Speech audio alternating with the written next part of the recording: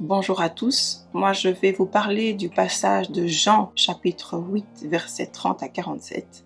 Pour moi ce passage nous parle de la liberté d'obéir ou d'être esclave du péché. Le premier point c'est pour moi on va parler du croyant qui demeure dans la parole, c'est-à-dire qui fait le choix de prendre la parole comme vérité et d'être dirigé par elle. Dans Colossiens chapitre 3 verset 16, on peut voir que la vérité prend toute la place du chrétien. C'est-à-dire que la vérité pénètre le croyant, il va chasser le mensonge, va vraiment chasser tout ce qui ne vient pas de Dieu. Le croyant, pour ça, il faut que le croyant soit un véritable disciple de Jésus, c'est-à-dire qu'il va vouloir imiter et suivre Jésus. Le deuxième point est le croyant qui est libre de faire le bien. Alors, il faut savoir que la vérité de la parole nous libère, tandis que le péché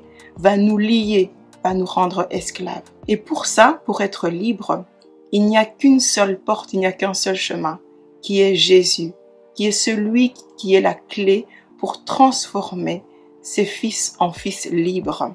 Dans Matthieu chapitre 11 verset 30, la parole et la personne de Jésus nous rendent libres. Le troisième point, c'est le croyant qui agit selon sa nature divine. Alors, dans ce troisième point, je vais parler des Juifs qui pensaient qu'en étant descendants physiques d'Abraham, cela signifiait pour eux qu'ils pouvaient jouir des promesses et des bénédictions que Abraham avait reçues de Dieu. Mais dans Genèse chapitre 3 versets 6 à 9 nous rappelle que ce sont bien ceux qui ont la même foi qu'Abraham, ceux qui vont marcher, imiter Jésus et suivre le chemin de la vérité, qui pourront jouir de ses promesses. Le croyant va avoir plaisir à manifester les œuvres de son Père céleste. C'est-à-dire que, comme son Père, il va vouloir partager sa nature spirituelle en pratiquant les œuvres de Dieu. C'est-à-dire en parlant, en témoignant, en œuvrant sans cesse pour Dieu. Et le quatrième point, le croyant participe à l'assurance de Jésus. Comme Jésus est ressuscité et qu'il est assis à la droite de son Père, le chrétien va posséder, va jouir de la même assurance. Il va demeurer dans la parole. Il va avoir droit aux bénédictions. Il va avoir droit aux promesses qui lui ont été faites.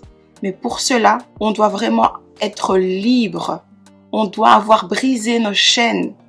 On doit avoir été rendu libre de tout ce qui est du péché, de tout ce qui nous rendait esclaves. Et pour ça, il faut que le croyant veuille agir et veuille apprendre de Dieu pour l'aimer de plus en plus et vouloir servir Dieu de tout son cœur et de mieux en mieux. Jésus nous rappelle une chose très importante, qui ne cherche pas des admirateurs, mais bien des vrais disciples, ceux qui l'aiment et qui sont prêts à sacrifier leur vie pour le suivre. Merci à vous.